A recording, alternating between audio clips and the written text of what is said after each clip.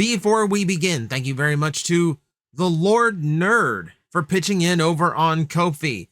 I don't know if he is a lord of all nerds or if he is a nerd of specific lords. Either way, I am very grateful for their contribution to help keep the channel going. Thank you very, very much for that. Always appreciate it. So, you might be able to hear some thunder over my head right now. I'm going to try and get this recorded before anything blips, just so we don't have to go a day without a video for some weird happenstance. But speaking of supporting the channel, this one also comes from a Patreon request. Someone pointed out it has been a hot minute since we did the 5 bad and 5 good format, which was my way of showing balanced arguments of this is the bad stuff, this is the good stuff, keep them separated, actually know what they are. So it was my way of playing fair, right? Not just picking on certain toys, but showing, hey, there's good ones here too. So this is like my opinion of what makes them bad, what makes them good. So we're going to go back to that here, and they have requested Bumblebee toys. Well, there's no shortage of ones to pick from. So I'm going to try and be a little bit outside the box. I'm not going to go to anything terribly obvious. This is going to be based on more personal experiences, and I'm going to try to pick a few things that are a little out there. And then I'm going to go to some low-hanging fruit anyway. But there's an effort made to be different with this list, okay? So, like, we will start with a softball. We will start with a very obvious softball. Here's the first bad. This is trans-scanning Bumblebee. I had this thing. See that vehicle mode? See how nice that Camaro looks? That's the only good part about this toy. The idea behind trans-scanning was you had this skeleton figure that could attach on different armors. One of them allowed them to be the protoform state, the entry meteor. It doesn't really look like, a meteor. It just kind of looks like a robot folded up and going Geronimo. But that was the gimmick. And then you could take that armor off and scan their vehicle mode to attach the new armor that actually did transform. To their credit, you did state that you could transform this toy with all the armor. It wasn't a part former, but my God, the joints were way too small and way too loose to hold up all of its junk and kibble. The articulation is an enemy here. Floppy mess of a toy, couldn't stand up. Just way too bulky, way too cumbersome. The gimmick meant you had a ton of leftover parts around no matter what you did with this figure. Exceptionally annoying. For a Bumblebee robot mode that really doesn't look all that good. Like that, I mean, you can tell it's kind of cobbled together. It's a decent idea. Execution, horrible. So no, one of the worst Bumblebee toys I ever messed with. You want to know one of the best? And you have to think in its time period for this, Pretender Bumblebee. Think of it this way. Among classic Pretenders, this is the only one that's an upgrade over the original toy. That's easy when the original was a mini-bot, but hey, I'm going to give it credit for that. The individual Bumblebee figure is, actually pretty decent G1 Bumblebee toy. That was my go-to Bumblebee for a very long time. And I think the robot, the shell, I think it actually fits. Like, it kind of looks like Bumblebee is a space warrior, whereas some of those shells, you look at the inner robot and go, I'm not making a connection. This one, this one works for me. I really, really like the look of the shell here. I would call this the best of any of these standard Pretenders. Granted, being a classic, he has a leg up. But I think the shell looks good. I think the inner robot looks good. I think all around, this is one of the best Pretender packages you could possibly ask for. We're going to get into some subjective ones, okay? I understand there's people who like some of these toys. I just happen to not be among them. So for one of the bad, let me go to the 2015 RID Warrior class. I never liked this toy. Now, granted, my experience with this toy might have been down to a defect on my particular figure, because the big deal for me on this one was I couldn't get it to stand up. See those big panels of kibble behind the legs? Yeah, for a lot of people, that's some people use that as like heel spurs. Mine never did that. Though the bottom of it stayed flush to the back of his heels in robot mode, meaning he had no heel spur, constantly fell backwards. I could not keep this thing standing up. On top of the fact, the toy just, I don't know. It is a warrior class figure. And this was the first run of warrior class figures before they really knew what they were doing with that size and price point. So it just led to like a messy kind of toy that I just didn't feel very good about playing with. It just didn't feel like, because remember, this was RID 2015. Bumblebee is the leader. He's the lead hero of this cartoon. And he just doesn't feel like a leader's toy. He just kind of feels like standard generic, and it just felt wrong. And I thought it should be a little bit more significant, because like as far as like normal Transformer goes, this is as close as RID 2015 got. Other Warriors were better. I thought the Grimlock toy was fine. Way too small, but I thought it was fine. But yeah, I never liked this one. I know people who do. That's fine. You might have gotten luckier with your batch than I did. Like I said, this one might be down to like a bad. I just got a bad one, but it's one that soured my opinion of this toy, and I can't unsour it. Want a good one though? The Weaponizer Bumblebee from Prime.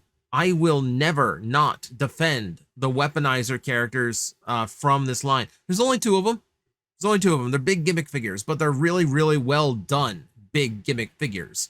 Like those machine guns, those Gatling guns that pop out of the chest and spin when they do, works in vehicle and robot mode and uses the bulk that's going to be there no matter what, meaning it's a gimmick that's really cool and doesn't get in the way. And I love that a lot. I like his shape in the robot mode. The proportions might be a little bit odd, but it's Prime Bumblebee. Have you seen him? It's not a surprise. He's got a kibble backpack, but it doesn't really get in the way of anything. The articulation's actually decent for a big gimmick figure. Yeah, all around, this guy's a lot of fun. So is the Prime, too. Both of them are very, very good toys. Like, they are absolutely worth it if you actually get the chance to pick one up. Yeah, just big, dumb, fun toy. Doesn't have to be like crazy articulated sometimes. Sometimes it can just do what it does very well, and that's what this one does. And it doesn't sacrifice in order to do it, which is the really surprising part of the whole thing. Okay. This one might be easy because a lot of people didn't like this toy, but I'm going with it anyway. I really do not like the Studio Series Bumblebee. Not the Bumblebee movie Bumblebee. They just redid a retool of this one and sent it back out again to make it more accurate to the movie look. I still see a lot of people don't like the same things I don't like. It's a lot of tabs and panels and a really finicky panel-loaded transformation that is just not my thing. I'm never going to enjoy a toy like this. Way too much kibble and junk in the back. For the first release, especially the inaccurate door wings, a lot of inaccurate parts. This is why you have to settle on a design early in production and stick to it instead of constantly reinventing it. Because these are movies based on toys. So you need to make sure the toys we're taking a year and a half to produce are actually going to look like what's on screen. They didn't do that. They kind of rushed the toy or redesigned the movie too much. Take your pick. So we got a very Bayverse Bumblebee looking Bumblebee that turns into a Volkswagen by unfurling a bunch of shell panel from his back and wrapping himself up in it. It's a messy toy. It's a very messy toy. I did not have fun with this figure at all. I was hopeful that the retool would do a little bit more. It does not. From what I've seen from reviews and other people's opinions, it doesn't look like it does enough to sway me on this one. On the other hand, you want a good Bumblebee movie Bumblebee toy? Okay, so I believe this is the Power Charge Bumblebee. If I'm remembering the gimmick names right, there's so many gimmicky Bumblebee toys to remember the names of. This is again a big gimmick Bumblebee figure that is surprisingly well detailed and well articulated.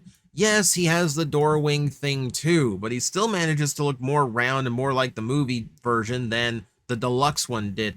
More than that, like this one is just surprisingly nice. Like he does form up with panels, but there's a lot more transformation going on with his there's more bulk going into the robot than there is on the Studio Series version. And the panels here, I think because they are so much larger, aren't nearly as annoying to deal with. So this one I have no real issue with when it comes to that. It forms perfectly well. Now, the gimmick behind it would be neat if I could ever figure out how to make it work right. It's just, I feel like I'm completely lost when I'm messing with this toy, because you're supposed to roll the chest to activate different noises, and but it seems random. Like, he's supposed to have a ton of noises, but I don't know like every situation to get them out. Regardless, there's a lot in here, and again, it's using existing bulk, which means that gimmick doesn't really get in the way of the toy. Like I said, it's surprisingly articulated for a gimmick figure of its size. Even decently accessorized, you know, that's not something they typically bother with on these big toys. But no, Bumblebee gets his arm blades, he gets his mask, you know, so he gets a little bit of extra play value that the big gimmick toys typically just leave to their big trick. Really, really like this toy a lot. Just have a I may or may not just have a soft spot for large Bumblebee toys. I mean, that might just be it. Here's another subjective bad one, but I think this one's a little bit more universally agreed on. The Generations Bumblebee, based on one of his IDW designs. This is another one I just never clicked with. This toy never felt good. Like, playing and transforming this toy never felt right. So, like, you've got the weapon, which I'm not a fan of. It's a weird shape and design for a weapon for Bumblebee.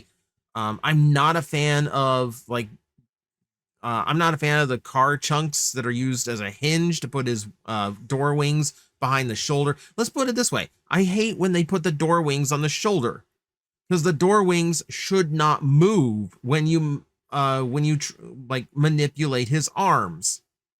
That just looks weird. They're wings. They need to be on his back, and they completely skipped that part. So he has to be in a static arms down pose to look okay. And even then, I don't even like the angle they're at when they sit that way. Aside from that, it's a panel of, it's a backpack of panels again that I'm getting a little bit tired of. On bigger figures, it seems to be okay, and then on these smaller figures, it's annoying. But I don't like, like the legs come together weird. I think the torso is a big stickler for a lot of people because it never seems to lock into place in any way. Like, it's a slide joint, but it's a slide joint that doesn't stop, and it doesn't click in anywhere, and that gets very frustrating and annoying.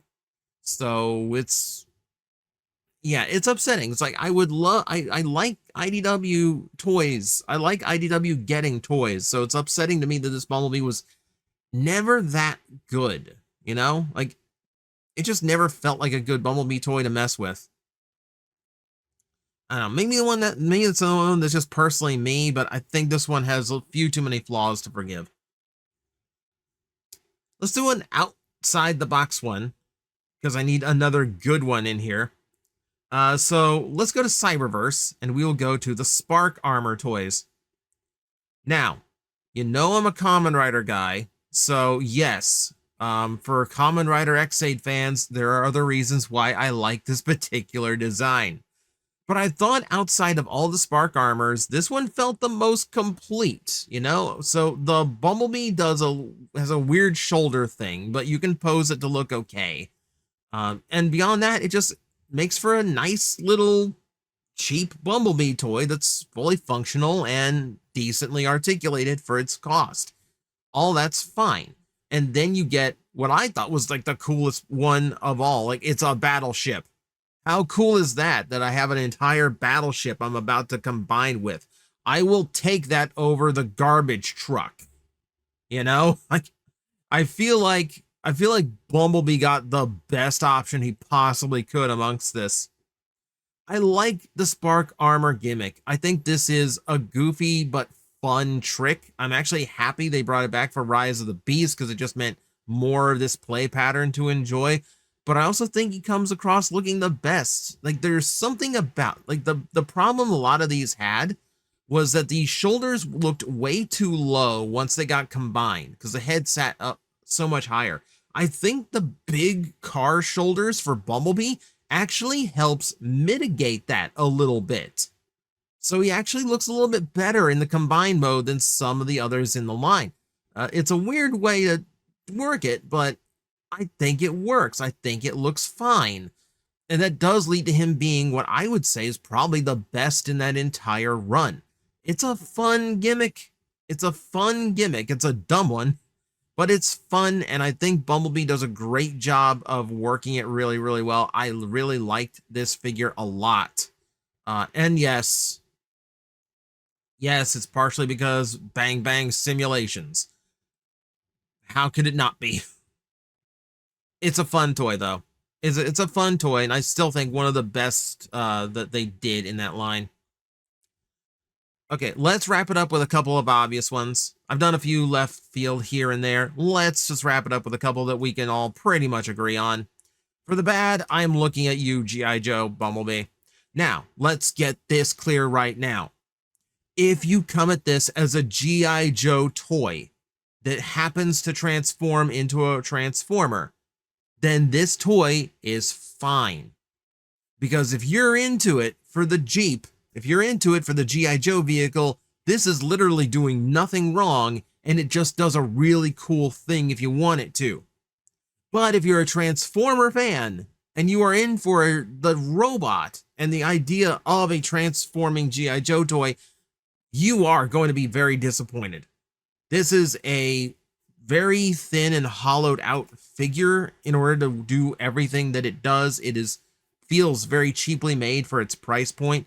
It's large, but that also comes with a bunch of kibble hanging off of him, the gigantic wheels that get in the way of everything. Just overall clunky design. And again, one of those weird things that these toys did were just trying to force the character's color in, where I really feel like you should have just given up and made Bumblebee green. I think this just would have been easier on everybody. You know, maybe you wouldn't have looked right. Maybe the character might have gotten lost a little bit, but I think it's better than just, you know, Bumblebee wearing a shirt. It looks odd. Yeah, this one was just a mess all over. The G.I. Joe Transformers were such a great idea on paper, but it felt like none of them really turned out to be just generally good toys. I heard the Cup actually was okay, but it's a too little too late situation, you know? Like, we never even got an Optimus Prime in this subline before apparently getting axed, because we have heard absolutely nothing about any future ones. It doesn't help that I believe the Soundwave ended up at Ollie's and the liquidation stores, which is kind of a shame because he looked like he was going to be the best one out of all of them.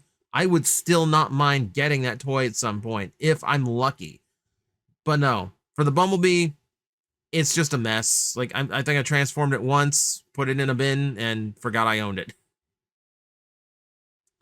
But let's end off on a fan favorite. Behold, Murder Bee. Something I say, it's Cyberfire Bumblebee from Dark of the Moon. And something I say about the Dark of the Moon toys is I feel like they learned their lesson from Revenge of the Fallen about making these things overcomplicated. This goes a little bit backwards. It dials back a little bit. It doesn't focus tremendously on being accurate to how they look in the movie, and instead makes sure they stay fun figures. I like the transformations in Dark of the Moon's toy line way more than I do Revenge of the Fallen. And part of that does come from the fact that the gimmick was taken out of the toy and crammed into the accessory weapon instead. That actually helped a lot. This is a good Bumblebee toy. You know, yeah, it's got a little bit of a different style to it. I mean, sculpt-wise.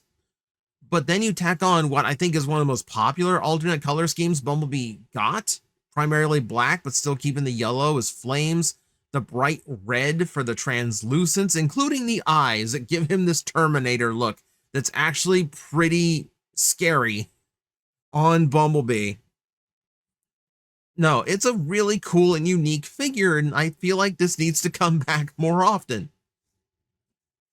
Really fun toy, really, really well made toy, and then just someone just had fun. Someone in the deco department just got to have fun.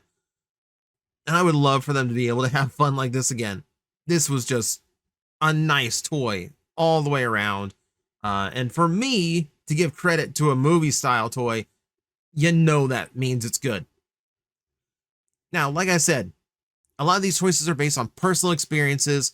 My toys could have been faulty and given me a bad experience. So there's toys in here that I said was bad, but you might have had a better experience. You might have really enjoyed it, and that's perfectly okay. This is just me batting my opinion back and forth. So let me know in the comments below, what's a good Bumblebee and a bad Bumblebee for you? You've got plenty to pick from. So thank you everyone for watching. Thank you again for making this a Patreon request. Always appreciated. And I will see you next time. Hello everyone, I am Astral Agent Magnetar, a Tokusatsu VTuber, and I am streaming 4 times a week over on Twitch, Monday, Tuesday, and Wednesday afternoons, and a special late night one on late Friday/early Saturday. So come watch, come hang out, and let's make an impact together.